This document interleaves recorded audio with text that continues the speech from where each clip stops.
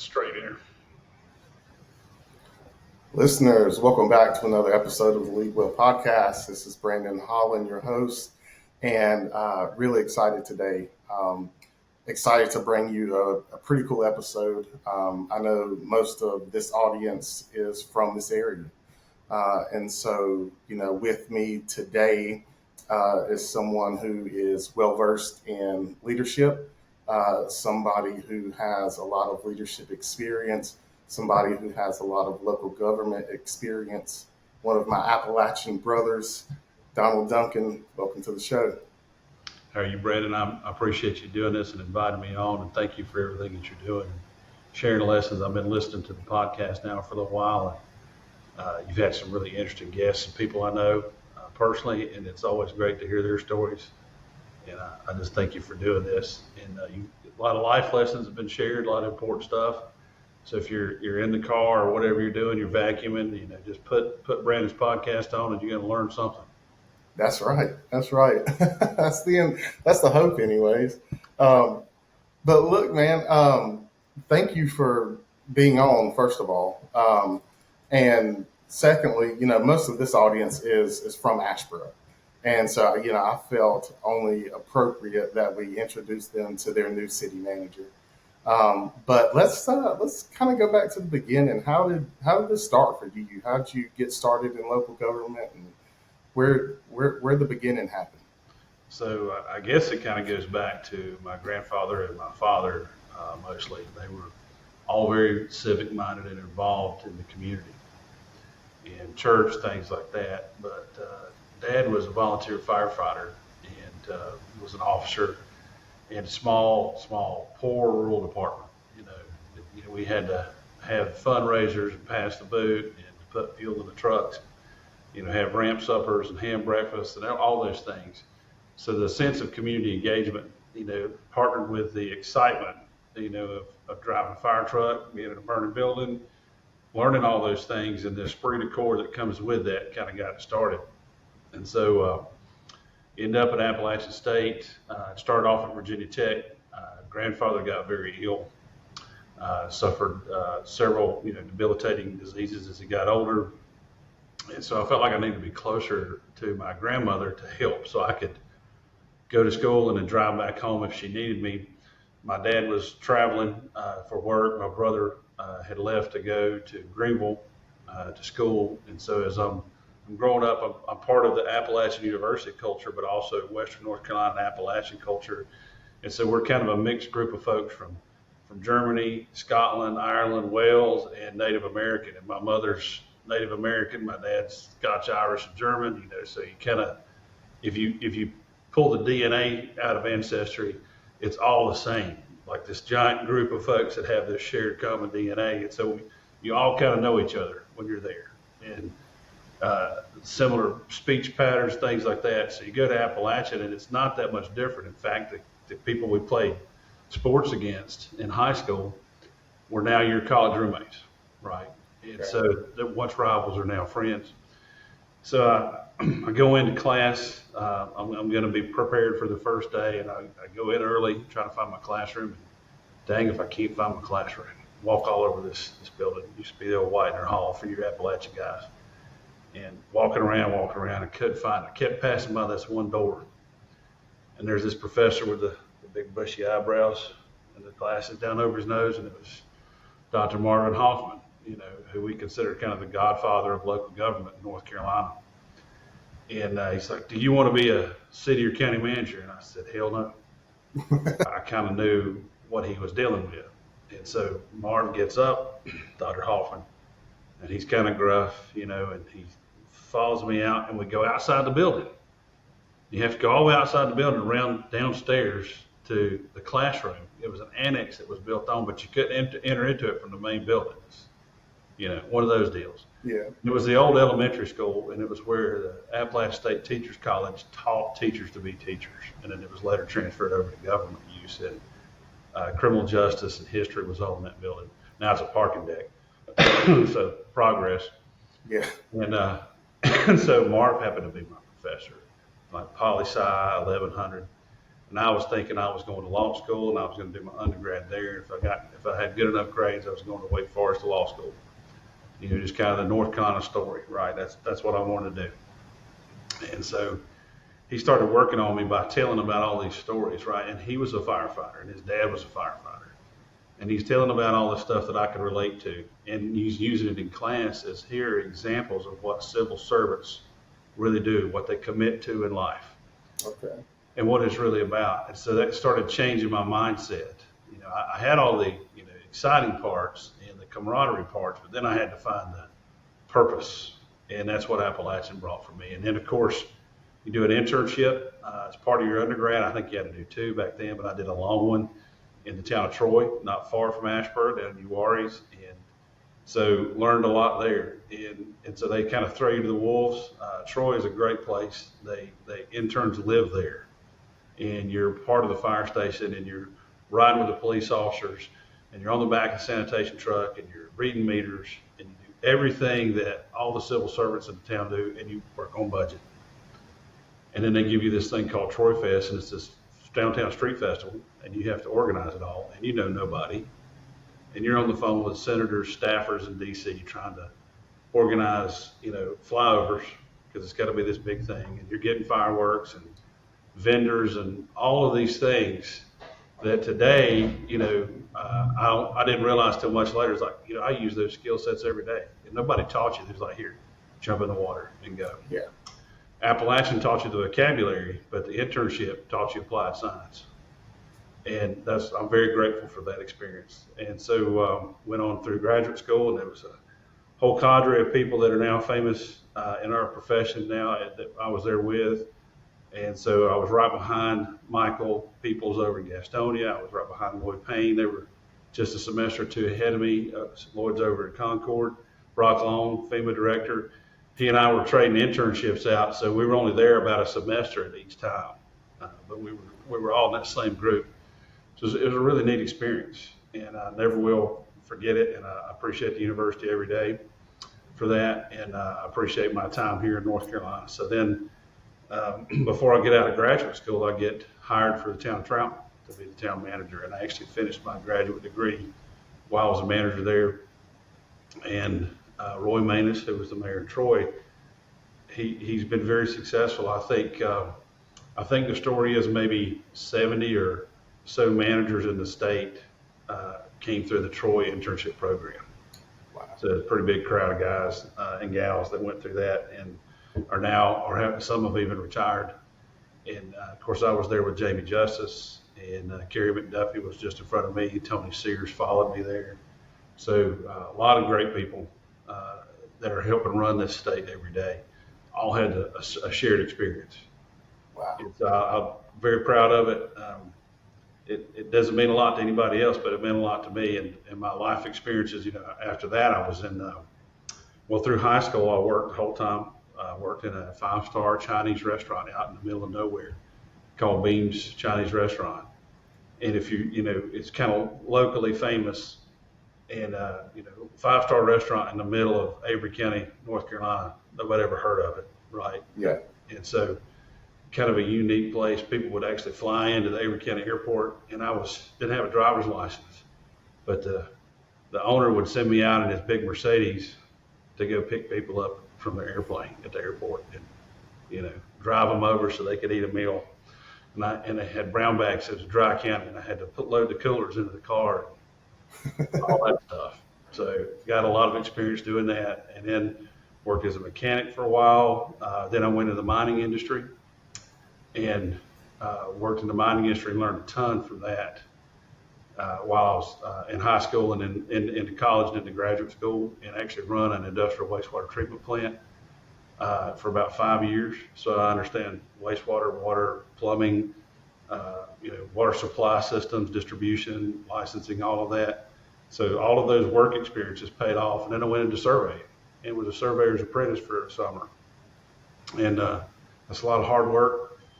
We need more surveyors in the world, and I really appreciate it. But that taught me how to read plans and how to understand, fall and slope and how you actually plot an invert for a manhole. And I would have never picked all that up had I not had that experience. And so when I walk in my first job, and my first professional job in Troutman, the second meeting was with the city engineer, John Garland, and his engineer license was 2 digits. That tells you how old he was. He sat on the engineering review board for the state. And so he rolled out a set of plans and he said, tell me what you see. And so I read it all off for him and told him what was going on. And he's like, he rolls the plans up and he sets them over there and he said, I'd be damned, we've got a manager that can read plans. No idea what that meant, but he was happy. And so just had a really great experience, and then went on to be a city manager for the city of Conover. Really enjoyed that. Was there for 15 and a half years. Followed Rick Beasley, another app guy. Oh, and when I was in Troutman, I followed A.J. Bargothi, whose dad was a professor at Appalachian at the time. So I don't know if you ever had Bargothi. So there's a connection there, and then was able to go to Caldwell County for 3.5 years and learned the county side. Never will forget Rick French, God bless him, who's passed away now. Rick's a longtime manager in neighboring Alexander County. I think he was a manager for 40 years around different parts of the state. Rick said, we need to have a cup of coffee. So got a cup of coffee, brought it to Rick's office over in Taylorsville. He said, so you sure you want to join the dark side? And I said, Rick, I've heard that for years. The municipal manager says the dark side on the county side. I said, what the hell does that mean? And he said, we deal with the pregnant teenager who's had no prenatal care, who shows up at the health department with a rare disease. Her mother and her are living in an RV that's unlicensed, that has sewer running out on the ground in a major area where we've got lots of code enforcement problems and drug problems. Baby daddy's got warrants out on him. Oh, and we do libraries too. And that's how he explained it to me, and he's right. He's exactly right. The county side deals with all those social services that are so important, that keep people basically alive. We're the last ditch effort, whether it's food, childhood nutrition, the jail, and dealing with our opioid epidemic that we have here in this country. That's what the county does, right? And we get to see, the terrible side of humanity, but we also work on social policy that helps all of these people. And cities get to do the fun stuff like build streets and neighborhoods and fire trucks, and all that great stuff. Right. But no, it's really good. Both are great. I wouldn't trade one for the other, but they are very, very different. And there is, as Steve White said, they're as much different as they are the same. Yeah. When you're the city manager, as you know, you have a tremendous amount of authority. You're invested with a great amount of power. You're essentially the president of the city. And it is a very highly responsible job, and you can make a big impact on a lot of people's lives. And you have to be very careful with it. And you can't get out ahead of your board, make sure they're coming with you at every step. The county manager, the best way Steve described it to me is you're the chief hostage negotiator. You have all the money and none of the power. And so you have to negotiate for everything. And even long-standing relationships that are built on trust are still a negotiation as a county manager. Very different tactics, but all are important. Absolutely. So, Asheboro is, definitely a growing area, especially with, what's happening with Toyota and everything that's developing in that part of the state. What makes you, what excites you about taking this role, about joining that organization? So it's kind of a funny story. Eddie Smith calls me up and says, hey, you need to go see John Ogburn. I was like, well, I met John, but I don't know John. He said, yeah. He said, you need to go down there. And so I called John up. Eddie texted me his number, call him up. He says, hey, man, come on down. I said, all right. So I take a day off, get down here early, jump in the car with John, and we ride around for like 5 hours. And so I understood his style of management and how he treats his community and how he, sees everything as an opportunity and a blessing, right? Yes, that street is not our street, but our fire trucks are going to respond if something's wrong down there, and our police are going to respond to the end of that neighborhood. If something's wrong, we might as well plow it while we're here. That kind of mentality of providing the service, even though it's not our responsibility, it could be our responsibility if we don't do this right. And so that's just a wonderful way of thinking about it. Make that little extra effort. And so then as I got to meet the team members, I realized that this is a very special place. And as I was describing to the board the other day, they were asking me how I was going. I said, I don't have the vocabulary for this, but this community is endowed with immaculate kindness. And I don't know how else to describe it. It's nothing like I've ever seen. It's almost odd in a way. Because in our roles, as you know, we're dealing with those people who think government owes them something, or the city or the county has wronged them in some way. And we're the embodiment of that, and we're going to hear about it. That hasn't happened here. I've never seen that. There are people who get upset, obviously, but they're not here to blame government. They're here to say, hey, let's figure this out. And it was when I signed my contract, I had to give like some little speech, and I wasn't planning on anything, but the words came to me, and I don't know where I've read this, but I've read it many times. And when you're in a room full of people, they used to say the quietest one is the smartest one. Well, that's not true. And people think because you're super wealthy, you may be incredibly smart, right? That's not true either. What's really true is the smartest person in the room is the kindest person in the room. And I'll explain that too. In order to, it's easy to be cruel. It's easy to be selfish. It takes effort to think of others. It takes concentration to think beyond yourself. Whether it's, emotional intelligence, which is a common way we say it now, or it's just forward thinking about the future. And I always think about, I don't want to leave the next manager with problems. Yeah. They'll have their own. Society will bring its own to them. Let's not kick the can down the road. So to have a board that is so incredibly kind and a community that has been so incredibly kind speaks to their level of intelligence. Wow. That's powerful. Yeah, that's huge. Man, it's special to be a part of something like that. Amen. Yeah, that's really cool. Wow. So, okay. So we've got growth. We've got, this new position. What are you looking forward to accomplishing? So that's the interesting thing. We've got a lot of growth pressure that comes with that. And so there's this pressure to extend utilities and to grow services. And the council and the manager before have been focused on quality of life, and I think they've done a great job, whether it is simple as passing an ABC referendum, which they did, in 20 years ago now, and regenerating the downtown merchant class. So now Asheboro, I was here in 2010, and man, it's a ghost town. It was awful. We were here working with Acme McCrary through Manufacturing Solutions Center from Conover, and I got to come and visit. And they were dying a Milltown death, and they just decided we're not going to participate. We're going to fight through it, right? And they did. So they made some substantive changes to helping all that. And so now they've restored the theater. They've done all these wonderful things. So they've got a vibrant downtown. I mean, you can come here at 5 o'clock when everybody gets off work and you can't find a parking space. Yeah. I mean, and that, that's a great problem to have. When they tell me we got to have more parking, I'm like, we can fix that. That's no issue. That's not an issue. That's a simple success, right?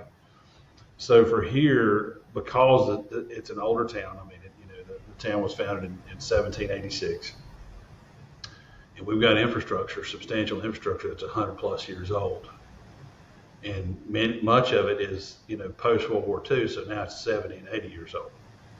And so we have to expand and increase the spread of infrastructure. At the same time, we have to rehab the existing. And that's a compounded problem.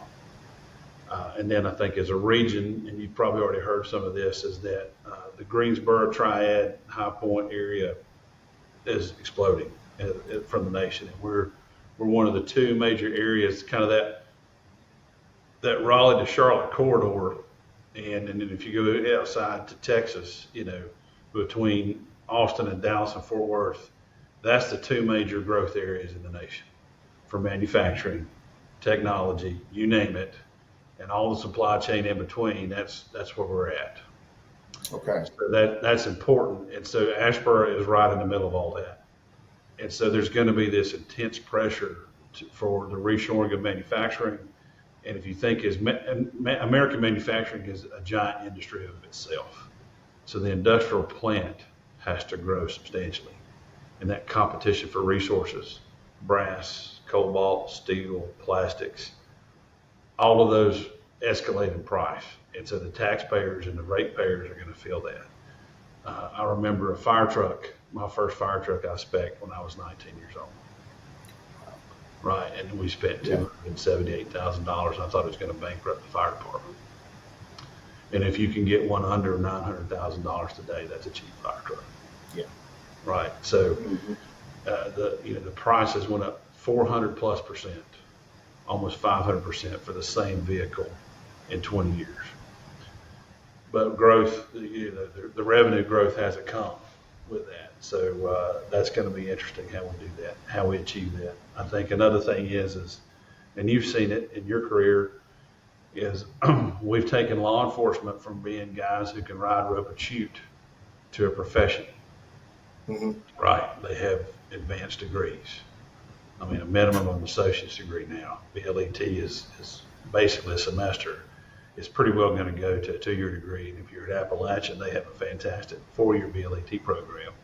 Graduate some of the top law enforcement folks in the entire state.